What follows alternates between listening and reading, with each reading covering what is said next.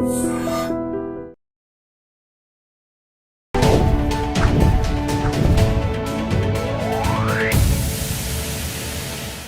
Hello నమస్తే, welcome back to our channel. నేను మీ Vaishu.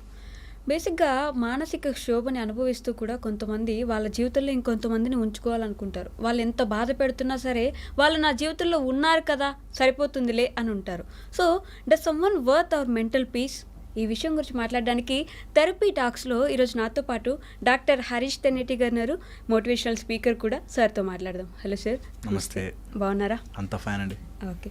So నిజంగానే does someone worth hour mental peace అంటే మనం అంత ఇబ్బంది పడుతూ కూడా ఉన్నారు కదా మన లైఫ్లో వాళ్ళు ఉంటే చాలు, మనం ఎంత బాధపడినా పర్లేదు అనుకునే అంత వర్త్ ఎవరైనా ఉంటారంటారా సార్? అస్సలు ఉండకూడదండి అట్లా. అంటే చాలా చాలా ఇంపార్టెంట్ దట్.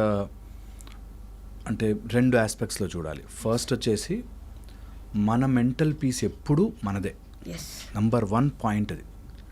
ఎవరికైనా అప్పజెప్పి బతికే వాళ్ళు ఉంటారు కొంతమంది.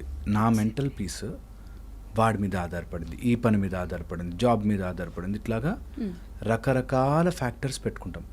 తెలియకుండానే అది చిక్కుముడి వేసుకున్నట్టు వేసుకుంటాం. విప్పుకోలేం, బయటికి రాలేం ఆ చిక్కుముడిలోంచి.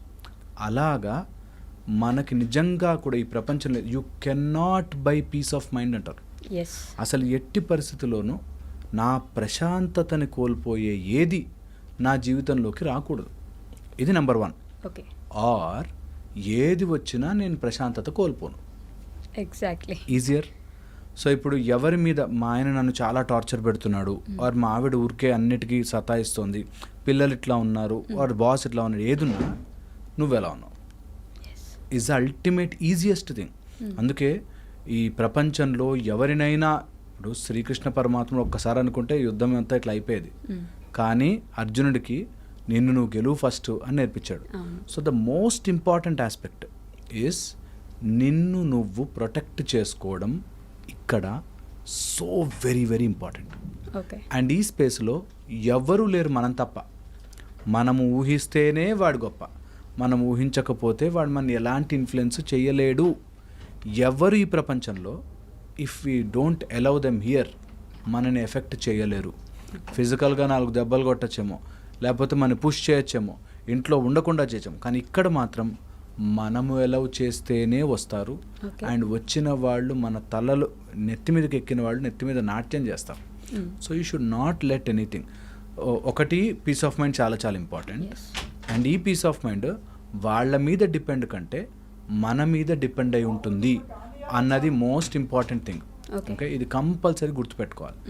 ఇది గనక అర్థం కాకపోతే, ఈ బ్యాక్గ్రౌండ్ అర్థం కాకపోతే మనం ఎంతసేపు ఆలోచించుకున్నా తప్పే అవుతుంది. ఎంతసేపు ఆలోచించుకున్నట్టు. సో ఎవరైనా వర్త్ ఆఫ్ మన పీస్ ఆఫ్ మైండ్ కాదు. ఎట్ ద సేమ్ టైం మన లైఫ్లో అలాంటి వాళ్ళు వస్తూ ఉంటారు.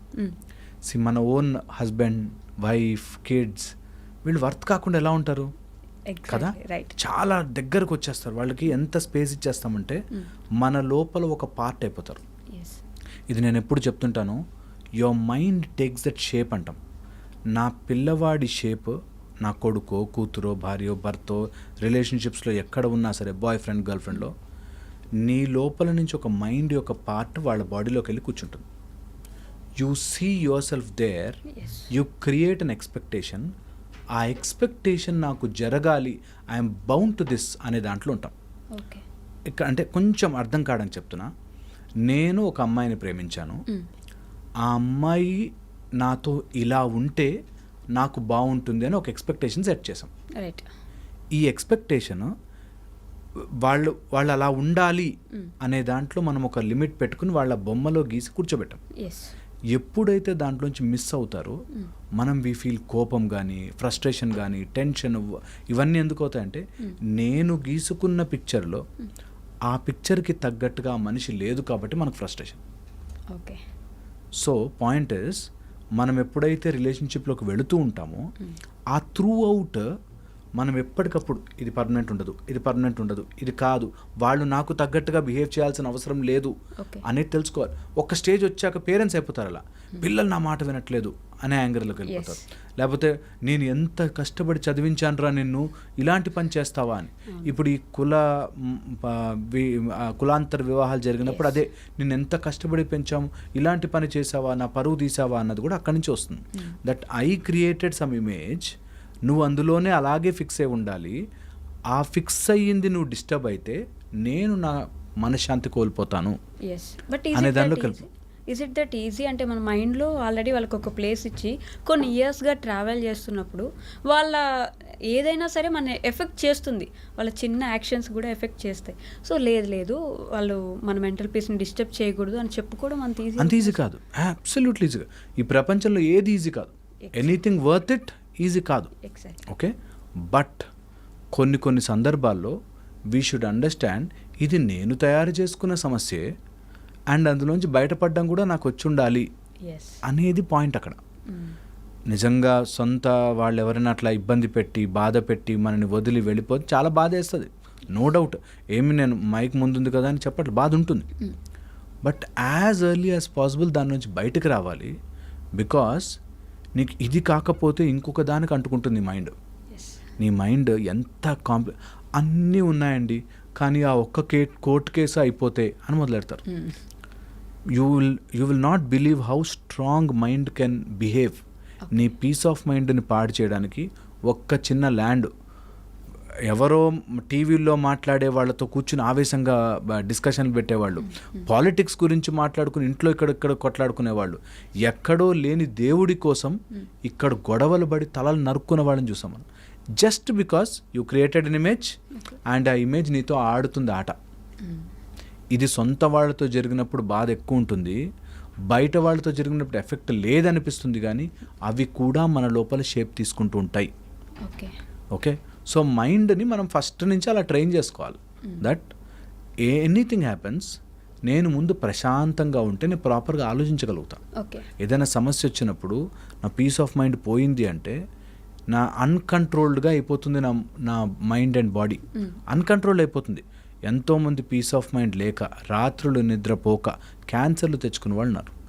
ఓకే, సో పాయింట్ ఇస్, ఏదేమైనా జరిగినా ఓకే, ఏది జరిగినా నేను అంటుకున్నవి ఇవన్నీ నేను ఈజీగా విడిపించుకోవచ్చు అనే ఒక స్పృహ వస్తే కొన్ని రోజులు కష్టమైనా యూ కెన్ కమ్అవుట్.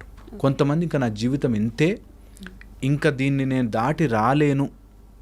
మా దగ్గరికి ఎంతమంది వస్తారో, అబ్బాయి ఏదో యాక్సిడెంట్లో చనిపోయాడనో, లేకపోతే గర్ల్ ఫ్రెండ్ వదిలేసిందనో. అండ్ మనకి ఈ మధ్య సినిమాల్లో వాటిలో కూడా ఒకసారి ఏదైనా అట్లా వదిలేదంటే వాడు తాగేసి రోడ్డు మీద పడిపోవాలి, డ్రగ్స్ తీసుకుని రోడ్డు మీద పడిపోవాలి అన్నట్టుగా చూపిస్తున్నారు. But that's how we damage. పోనీ తాగుడు డ్రగ్స్ లేకపోయినా మనం యాంగర్ అయిపోతాము, ఇంకో రిలేషన్షిప్కి వెళ్ళాలంటే బాధపడతాము, నన్ను ఇంత మోసం ఎలా చేస్తారు. వెరీ ఇంపార్టెంట్, ఇది అండర్ కరెంట్గా మనం గుర్తుపెట్టుకోవాల్సింది. నువ్వే తయారు చేసుకుని నన్నెవ్వడూ మోసం చేయకూడదు అనే ఒక లేబుల్ తయారు చేసుకుని అంటించుకుని ఎవడైనా మోసం చేసేసరికి నేను బాధపడిపోతాను.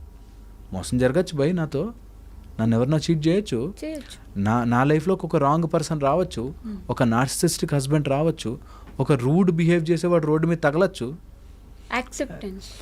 That is part of it. ఇంకా మనం తీసుకుని దాన్ని అనలైజ్ చేసి ప్రాసెస్ చేసే అవసరం కూడా లేదు. That is part of our life.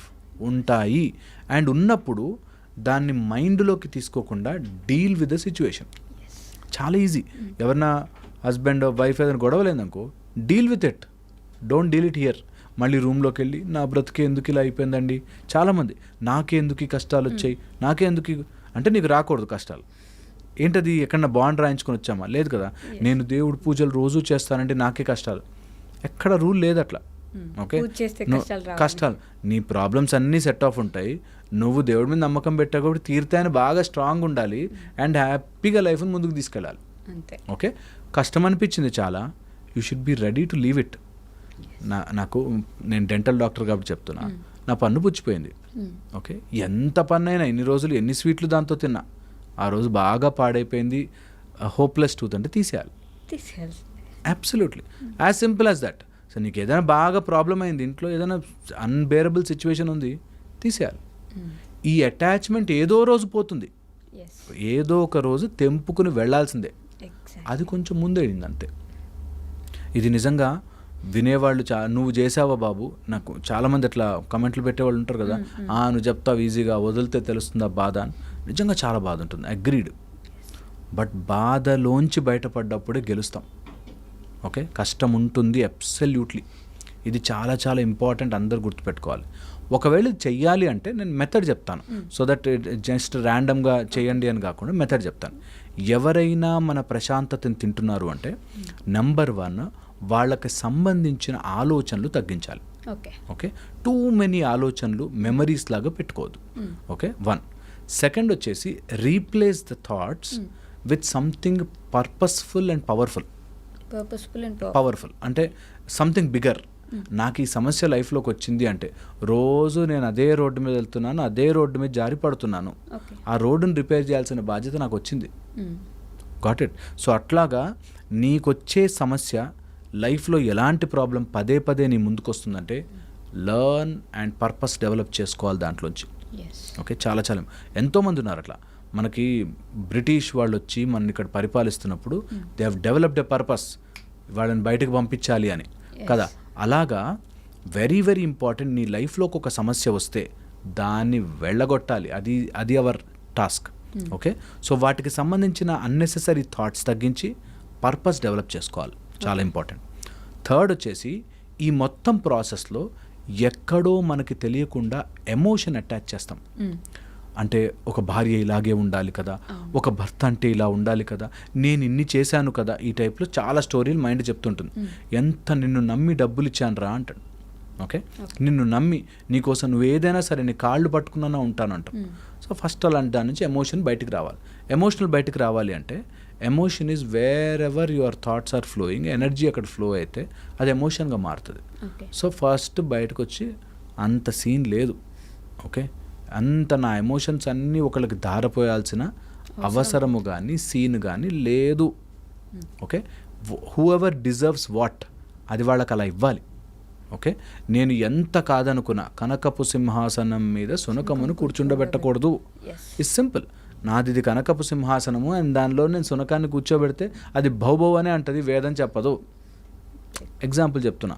Okay, so అట్లాగా ever deserves what give that, చాలా చాలా ఇంపార్టెంట్. ఓకే, ఎమోషనల్గా ఆ కనెక్షన్ని తెంపండి.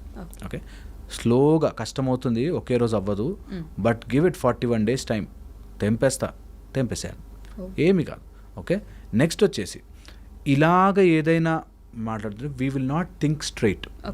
థింక్ స్ట్రైట్ అనే ఒక చిన్న ప్రాక్టీస్ చేయగలిగితే, ఇప్పుడు ఏంటి సమస్య, నేనేం చేయాలి.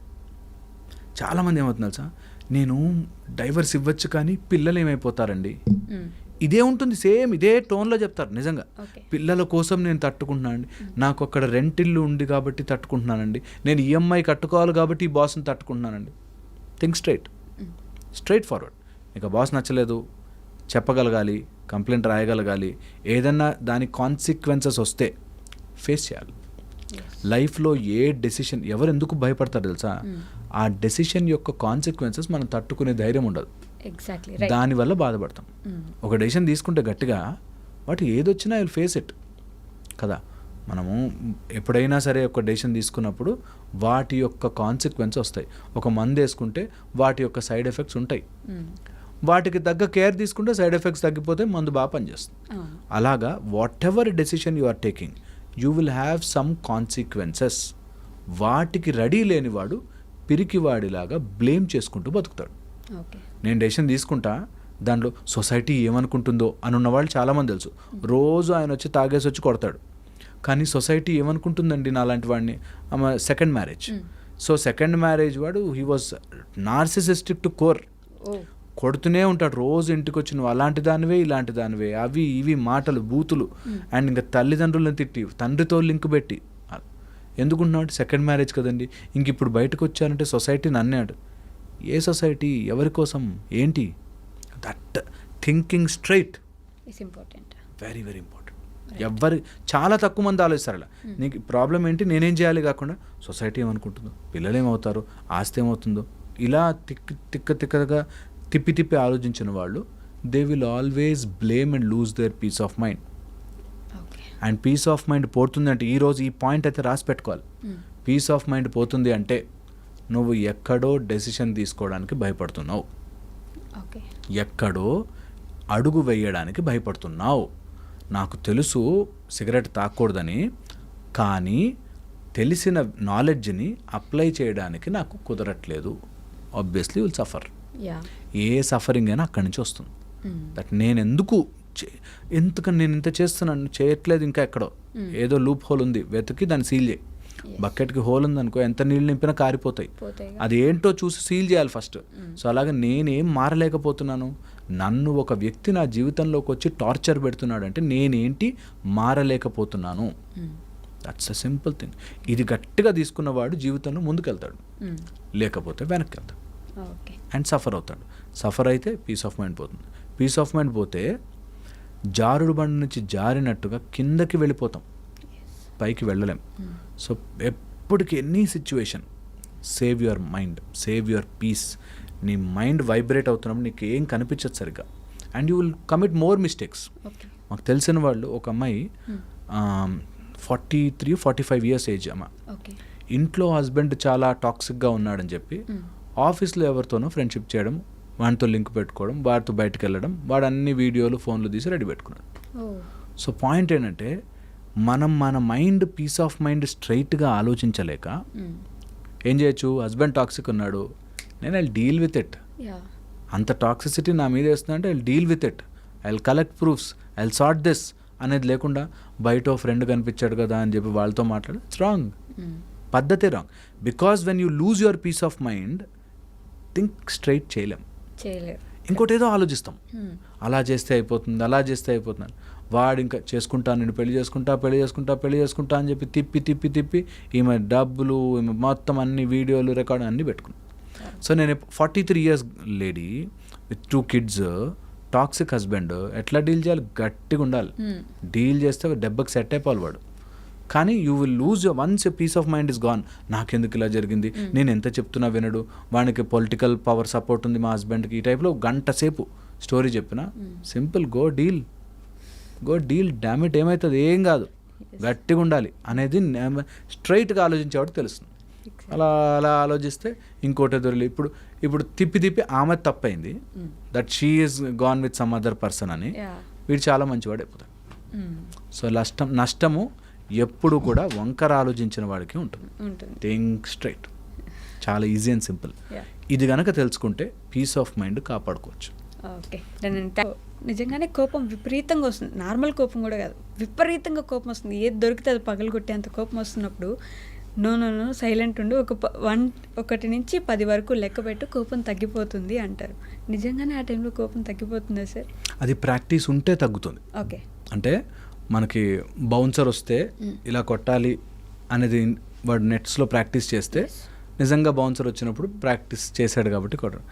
నార్మల్ టైంలో మనం అలా కోపాన్ని కంట్రోల్ చేసుకోవడం తెలిస్తే విపరీతమైన కోపం వచ్చినప్పుడు ఆ నెంబర్ కౌంటింగో బ్యాక్వర్డ్ నెంబర్ కౌంటింగ్ హెల్ప్ చేస్తుంది. అంతకంటే బెటర్ ఏంటంటే ఆల్వేస్ మనకి తెలిసి విచక్షణ నేర్చుకుంటే ఆల్వేస్ కోపం తగ్గుతుంది. ఎందుకు వస్తుంది కోపం అనేది మనం ఫండమెంటల్లీ, నాకు అసలు ఈ సృష్టిలో నేను కోప్పడే హక్కు నాకెవరిచ్చారు, నేను ఎవరి మీదైనా ఏ సిచ్యువేషన్ మీదైనా కోపం ఎందుకు పడాలి, అసలు ఎందుకు వస్తుంది కోపం? ఎప్పుడైనా నార్మల్గా కోపం ఈజ్ ఎ నార్మల్ ఫీలింగ్. ప్రతి వ్యక్తికి, ఎనీ యానిమల్ కింగ్డమ్లో ఉండే ఏ జంతువుకైనా కోపం వస్తుంది. నాది అని అనుకుని ఒక రౌండ్ గీసుకుంటే కోపం వస్తుంది. ఇప్పుడు మీరు కావాలంటే ఇప్పుడు హైదరాబాద్లో కుక్కలు స్ట్రే డాగ్స్ పెరిగాయి. స్ట్రే డాగ్స్ చూడండి, వాటి ఏరియాలో ఇంకే కుక్క వచ్చినా అరుస్తుంది బాగా కదా, బికాస్ దే మార్క్ టెరిటరీ. ఎప్పుడైతే మనం ఒక బౌండరీ మార్క్ చేసుకున్నామో, ఆ బౌండరీ నాది అనుకున్నామో, అండ్ ఆ నాది అనే దాన్ని ఎవరు తీసుకున్నా కోపం వస్తుంది. నేను కాఫీ ఇలా ఉండాలి అనుకున్నాను, ఓకే, అండ్ నా వైఫ్ నాకు కాఫీ ఇలా ఇవ్వాలి అనుకున్నాను, I have created a boundary, and ఆ బౌండరీ దాటితే కోపం వస్తుంది. కావాలని చేస్తావు ఈ టైంలో, నీకు ఆఫీస్కి వెళ్ళే టైంలో ఉండగా ఇలాగే బిహేవ్ చేస్తావు అని పిచ్చి కోపం వస్తుంది. ఓకే, మా అమ్మ నాన్నని నువ్వేమనకూడదు అనేది బౌండరీ గీసుకున్నాం. నాది అనుకున్నాం, మా అమ్మ నాన్న వాళ్ళని నేను నా ఇంకెవరు అనకూడదు అని అనుకున్నాం. సో అనేసరికి వైఫ్ ఏదైనా మాటని మీ అమ్మ ఏంటి అలా అంది అనేసరికి నువ్వు మా అమ్మ గురించి మాట్లాడతావని కోపం వస్తుంది. So point is you mark a boundary, ఆ బౌండరీ నుంచి ఎవరైనా ఏదైనా తీసేసుకుంటే నీకు తెలియని విపరీతమైన కోపం వస్తుంది. ఓకే, కోపము ఎప్పుడు హెడ్ ఆన్ తీసుకోవద్దు. ఎవరైనా కోపంగా ఉంటే నీ కోపం రా అన్నంటే ఇంకా కోపం వస్తుంది. ఓకే, ఎప్పుడు head on collusion with the కోపం తీసుకోవద్దు. తల పెట్టి కొట్టుకుంటే తగులుతుంది దెబ్బ. అట్లాగా నెవర్ టేక్ కోపం ఆన్ ఫ్రంట్. అండ్ కోపముని బయటికి వెళ్ళగలిగే మార్గము ప్రతి వ్యక్తి చిన్నప్పటి నుంచి ప్రాక్టీస్ చేయాలి. హెల్దీ యాంగర్ అంటారు. కోపం ఉండాలి. ఓకే, నిజంగా నేను ఏదైనా సంపాదించి తెచ్చుకున్నా, నా దగ్గర నుంచి ఎవరన్నా గుంజుకున్నాడు అనుకో, కోపం ఉంటుంది. ఒక లయన్ వెంటాడి ఒక జంతువుని చంపి తెచ్చుకుని తింటుంది అనుకో, వేరే యానిమల్స్ ఏమైనా వస్తే దానికి కోపం వస్తుంది. You are entering my territory అని కదా. అలాగా మనది అని అనుకున్నది న్యాచురల్గా దాన్ని పోగొట్టుకుంటుంటే కోపం రావాలి. అట్ ద సేమ్ టైం దానికి ఒక లిమిట్ లేకుండా ఇష్టం వచ్చినట్టుగా అయిపోయి ఇంకా ప్రతిదీ నాదే, నాతో ఇలాగే జరగాలి, నేను అనుకున్నట్టే ఇల్లు ఉండాలి, నేను అనుకున్నట్టే ఇది ఉండాలి, ఇలాగే జరిగి తీరాలి నాది. ఒక బాయ్ ఫ్రెండ్ గర్ల్ ఫ్రెండ్ గొడవపడి బాగా కోపం ఎందుకు అంటే, నా గర్ల్ ఫ్రెండ్ వాడెవరితో మాట్లాడకూడదు, నా గర్ల్ ఫ్రెండ్ ఎవరు ఇలా ఉండకూడదు, ఇలాంటి బట్టలు వేసుకోకూడదు, ఆర్ నా బాయ్ ఫ్రెండ్ ఆ అమ్మాయిని చూడకూడదు. ఈ టైప్లో ఏది ఉన్నా సరే వెరీ వెరీ ఇంపార్టెంట్. నువ్వు టెరిటరీ మార్క్ చేసుకుని దాన్ని ప్రొటెక్ట్ చేసుకోవడానికి నీ కోపం అంతా తిరుగుతుంది. సో బెటర్ ఏంటంటే ఆ టెరిటరీని నువ్వు ప్రొటెక్ట్ చేసుకునేదాన్ని వాళ్ళకు కూడా చెప్పు, బాస్ ఇది నాకు నచ్చదు, ఇది చేస్తే నాకు అస్సలు నచ్చదు, సో డోంట్ డూ ఇట్. అలాగే చేస్తావంటావా, నేను ఇక్కడి నుంచి వాకౌట్ వెళ్ళిపోతాను. కోపాన్ని బయటకి చూపించగలిగే మెథడ్స్ అని కనుక్కోవాలి. ఎందుకంటే కోపం మనకొచ్చినా హర్ట్ ఇతరులు అవుతున్నారు అనుకున్నా పాయిజన్ అయ్యేది మనమే. నా లోపల అన్కంట్రోల్డ్గా కోపం వస్తే మంచిగా ఒక 5 స్పూన్ల విషం తాగినట్టు బాడీ అంతా కెమికల్ అయిపోతుంది. అందుకని విషము తాగే అవసరం నాకు లేదు. కాబట్టి నిజంగా కోపం వేసింది అండ్ ఆ కోపం వేసినప్పుడు I know methods, I will walk out from that place, count numbers and I will just deviate that thought, reverse counting చేస్తాను, ఆర్ దేవుడి నామని చెప్పుకుంటాను, or I have some methodology to just change that action and then come into normalcy. Okay, దేవుడు అని పేరు వచ్చింది కాబట్టి నరసింహస్వామి అంతటి వ్యక్తే ప్రహ్లాదుడి కోసం ఆయన హిరణ్యకశిపుడిని వచ్చేసి విపరీతమైన కోపంతో మొత్తం పేగులన్నీ తీసేసి ఇలా చేసి తర్వాత కూడా కోపం తగ్గక మొత్తం ధ్వంసం చేసేస్తూ ఉంటారు. మళ్ళీ ప్రహ్లాదుడి వచ్చి కోపం తగ్గిస్తారు. అంతటి వ్యక్తికి కోపాన్ని తట్టుకోలేనప్పుడు మనం ఎంత చిన్న చిన్న వ్యక్తులం, కోపం వస్తుంది కదా. అదే అంటున్నాను, కోపం ఎప్పుడు కూడా మన పర్పస్తో ఉండాలి కోపం. ఓకే, అండ్ ఆ పర్పస్ ఎప్పుడు కూడా పర్పస్ సాల్వ్ అయిపోయాక కోపం మన శరీరంలో ఉండిపోకూడదు. ఇంట్లో భార్య మీద ఏం పర్పస్ ఉంటుంది అరిచి కదా, ఇంట్లో పిల్లల మీద అరిచి ఏం పర్పస్ ఉంటుంది, పని వాళ్ళ మీద అరిచి ఏం పర్పస్ ఉంటుంది. సో యూ హ్యావ్ కోపానికి there's a healthy anger, there's higher purpose ఉండాలి. నేను ఒక సైంటిస్ట్ని చూశాను, స్ట్రగుల్ అయిపోతున్నట్లా ఏ పేపర్ అటు నుంచి ఇటు మారినా he will get super anger, but ఈ super focused on his work. మనిషిని తిట్టాలని కాదు, నాకు ఆ పని అవ్వాలి అని. ఓకే, అలాంటి వ్యక్తులు super focused on their work ఉన్నప్పుడు you should tell them, this is my territory, ఇది నేను వర్క్ చేస్తున్నా, నాకు ఇంపార్టెంట్ ఇది. ఓకే, కొన్ని రోజుల్లో ఉంటాను. మనం మనుషులం కాబట్టి మాట్లాడుకోవచ్చు. ఇప్పుడు మీరు నరసింహస్వామి చెప్పారు కాబట్టి నరసింహస్వామి యొక్క అవతారమే, ఓకే, ఉగ్ర నరసింహ అవతారమే అలాంటి భయానకమైన రాక్షసుణ్ణి ఇంటి లోపల కాదు బయట కాదు పొద్దున కాదు రాత్రి కాదు అని చెప్పి గోళ్లతో ఆయుధం లేకుండా చంపాలి. కాబట్టి గోళ్లతో ఆ యాంగర్ అనేది ఒక పర్పస్ కోసం వస్తుంది. ఓకే, అండ్ మనం అంతటి వాళ్ళతో అసలు కంపారిజన్ చేసుకోవద్దు. అట్ ద సేమ్ టైం నిజంగా కనుక యాంగర్ వస్తే just drive it towards your purpose. దాన్ని హెల్దీ వేలో పుష్ చేయాలి. ఇది ఎక్స్ప్రెస్ చేయడం రాక చాలామంది ఇంట్లో అబ్బాయికి కోపం వచ్చిందనుకో, వాడు అమ్మా నాన్న మీద అరవలేక ఇంటర్నెట్లో వెళ్ళి ఎవరికి తెలియకుండా అనానమస్ పేర్లతో అందరినీ తిడుతుంటాడు. Okay, so somewhere vent out చేయడానికి ఇలాంటి తప్పుడు మార్గాలు ఎదుర్కొంటారు. ఓకే, సో అందుకని మోస్ట్ ఇంపార్టెంట్ ఆస్పెక్ట్ ఏంటంటే నీకు కోపం రావడం నిజం, బట్ ఆ కోపాన్ని ఎవరి మీద చూపించాలి అనుకోవడం ఈజ్ నాట్ యాక్సెప్టెడ్. నా కోపం వచ్చింది, నేను ఇదంతా పగలు కొట్టుకుని పోలేను. Okay, I should not do that. నా కల్చర్ ఆపుతుంది, నాకు నా సెన్స్ ఆపుతుంది, విచక్షణ ఆపుతుంది. అలాగే ఏ కోపం వచ్చినా, కోపం రావచ్చు నీకు ఒకటి అనుకున్నావు, నీకు కావాల్సిన కాఫీయో టీనో నీ బట్టల మీద పడ్డాయో, ఓకే, కోపం వచ్చింది, చాలా కోపం, but you don't have any right to show it on to others. Okay. చాలా చాలా ఇంపార్టెంట్ ఈ లైన్ గీసుకోవాలి, అర్థం చేసుకోవాలి. దట్ నాకు కోపం రావడం నిజం, ఓకే. కానీ నాకు కోపం వచ్చింది కాబట్టి ఇష్టం వచ్చినట్టుగా బిహేవ్ చేయడం తప్పు. ఓకే. చాలా కంట్రోల్ చేసుకో నీ కోపాన్ని, బ్రింగ్ ఇట్ బ్యాక్. దానికే నెంబర్ కౌంటింగు, రివర్స్ కౌంటింగు, మంత్రము, లేకపోతే మెడిటేషన్ ఏదైనా చేసుకోండి. బట్ అది ఆన్ ద స్పాట్ చేయలేవు. You have to have practice for it to control it. Yeah. Okay. ఇది చాలామందికి ఎందుకు కంట్రోల్ కాదంటే, నన్ను చేతగాని వాడిని అనుకుంటావా అనే యానిమల్ ఇన్స్టింక్ట్ వస్తుంది. ఒక్కసారి చెప్పాను, 2 సార్లు చెప్పాను, ప్రతిసారి అట్లా చేస్తే కోపం రాదా అండి? ఖచ్చితంగా వస్తుంది కోపం. అట్ ద సేమ్ టైం నువ్వు కోపం ఉంది కాబట్టి నువ్వు 10 సార్లు చెప్తున్నా అన్నట్లే అంటే నీ మాట అక్కడ వద్దు అంటున్నారు కాబట్టి don't tell that.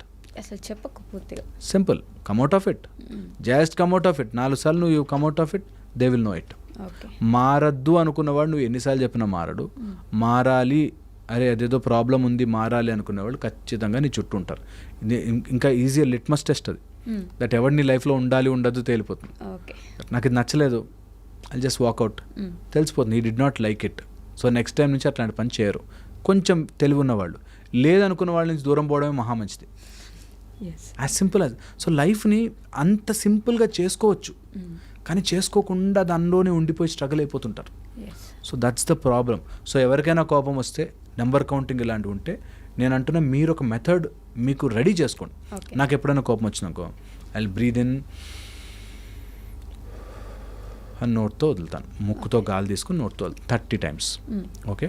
And I change my thought towards something, వాళ్ళ మీద పాజిటివిటీ, వాళ్ళ మీద ఏదైనా మంచి దాని వైపుకి ఆలోచిస్తాను. ఎప్పుడు ఇట్లా కోపం చేయడుగా, సర్లే వాడికి అది నచ్చలేదేమో, వాడికి అలా చేయలేడేమో, అది ఈజీ మెథడ్. సో ఇది ప్రాక్టీస్ చేసుకోవాలి, దట్ విల్ బీ బ్యూటిఫుల్ అయిపోయింది. Okay sir, thank you. Sir, one life lesson what medicine has taught you. Whatever you can do without expecting. But I really believe మన positive attitude ఉంటేనే మనం ఏదైనా సాధించగలం. గట్ని మనం correct గా deal చేసినట్లయితే అది మనకి పాజిటివ్ హార్మోన్స్ ని రిలీజ్ చేస్తుంది. షుగర్ వచ్చిన వాళ్ళ పరిస్థితి ఏంటి? పొట్ట దగ్గర పెరిగితే దాన్ని ఆండ్రాయిడ్ అంటారు, ఆండ్రాయిడ్ ఫోన్ కదా. అసలు థాట్స్ ఎందుకు వస్తాయి? బ్రెయిన్ డెడ్ అంటే దానికి ప్రపంచం అంతా కూడా కొన్ని నిర్దిష్టమైనటువంటి లక్షణాలు. మానసికంగా ధైర్యంగా ఉంటే క్యాన్సర్ జయించవచ్చు. You are a doctor for a cause sir, అంతే. వాళ్ళకి వచ్చిన ఆదాయం కాకుండా ఫ్రీ సర్వీస్ ఎంతమందికో చేస్తుంది.